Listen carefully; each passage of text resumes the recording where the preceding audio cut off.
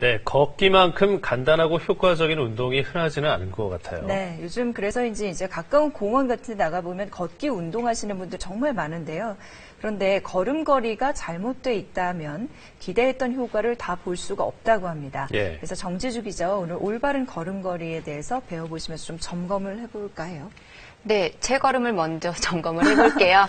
네. 사실 제가 좀 심각한 팔자예요. 건강이 참 해로운 걸음걸이라고들 합니다. 그래서 이번에 한번 제대로 고쳐볼까 그런 결심을 다시 한번 해봤습니다. 네. 그리고 우리나라 사람들의 경우에는 바닥에 앉은 생활이 익숙합니다. 그래서인가요? 앞바다리라고 하죠. 책상 다리를 많이 합니다. 그래서 골반이 넓어지고요. 발목이 틀어지면서 팔자 걸음이 되기가 쉽다고 해요. 또 무릎을 꿇고 앉으면 반대로 안짱다리의 원인이 된다고 합니다.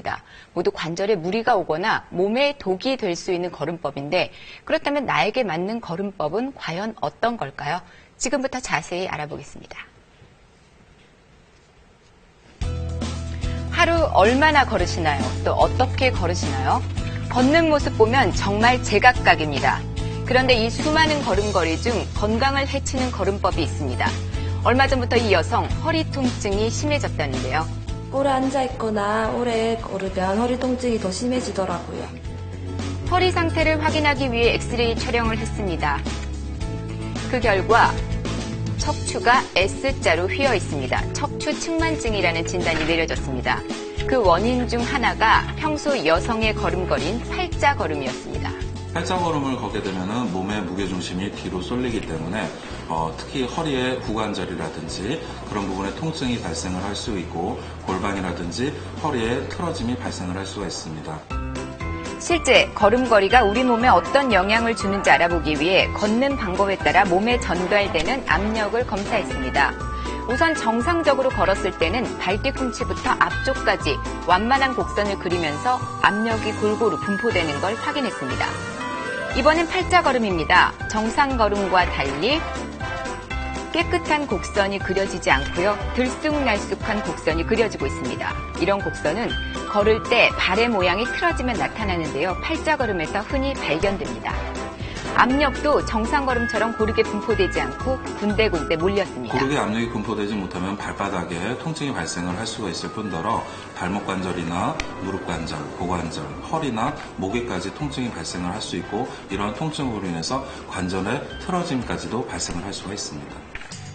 팔자 걸음 외에도 잘못된 걸음걸이 의외로 많이 볼 수 있습니다. 최근에는 스마트폰을 보면서 고개를 숙이고 걷거나 어깨가 축 처진 채 걷는 사람들이 많아졌는데 이렇게 걸으면 허리나 목에 통증이 오고 자세가 비뚤어질 수도 있습니다. 올바른 걸음걸이 자세히 배워볼까요? 먼저 바른 자세에서부터 올바른 걸음걸이가 시작되는 겁니다. 네, 벽에서 약간 떨어진 상태에서 발을 11자로 벌려주고요. 허리와 어깨, 등을 벽에 닿지 않을 정도로 쭉 펴니다. 턱은 아래로 당기고 고개가 떨어지지 않도록 정면이나 15도 정도 위쪽을 봐주는 게 좋습니다. 보폭은 어깨 너비만큼 넓혀서 자연스럽게 걸어줍니다. 자세가 팔자 걸음 때보다 훨씬 안정적이죠. 이렇게 제대로 걷기만 해도 골격이 바로 잡히면서 관절의 건강을 지킬 수가 있습니다. 올바르게 걷는 방법을 배웠으니까 이제 신경 써서 걷도록 해야겠어요. 경기도의 한 보건소에서는 걷기 운동의 중요성을 알리기 위해 지역 주민들을 대상으로 걷기 교육을 하고 있습니다. 수강생 중에서는 수술 후 걷기 운동을 통해 건강을 되찾았다는 한 주부를 만날 수가 있었는데요. 3년 전에 암 수술을 했거든요. 암 수술하고 나서 회복이 안 돼갖고 건강 관리를 안 하고 있으니까 건강 운동을 이제 해야 되겠다 싶어서 걷기 운동을 했거든요. 지금은 살만 나고 재밌습니다. 이렇게 걷기 운동은 질병을 예방하거나 또 완화하는 효과도 있습니다. 걷게 되면 고혈압과 당뇨병과 그리고 고지혈증을 예방할 수도 있고 치유할 수도 있습니다. 뿐만 아니라 우울증과 치매를 갖다가 예방하고 치유하는 데도 큰 효과가 있는 것으로 나타나고 있습니다. 특히 체형과 건강 상태에 맞춰서 걸어주면 더욱 좋은데요. 질병별로 알맞은 걸음걸이 따로 있다고 합니다. 허리가 안 좋으신 분들을 위한 개걸음 자세를 할 겁니다. 꼭 깨야 하면 옆으로 걷는 것만 생각하시죠. 하지만 개는 항상 다리를 꺾고 걷는다고 해서 그 모양을 딱 개걸음이라고 부릅니다. 허리 주변의 근육과 인대를 강하게 해줘서 허리가 안 좋은 분에게 좋습니다. 한쪽 다리를 내디딜 때는 무릎이 발끝을 넘지 않게 합니다. 이번엔 뒤로 걷기입니다. 뒤로 걸으면 무릎에 주는 충격이 줄기 때문에 관절염이 있는 분에게 좋습니다. 발 앞쪽부터 발바닥, 뒤꿈치까지 차례대로 걸어주는데요. 익숙해질 때까지 천천히 걷는 게 좋다고 합니다. 관절에 크게 변형이 오신 분들께서는 관절의 가동 범위를 충분하게 넓혀줄 수 있는 아쿠아 워킹을 권합니다.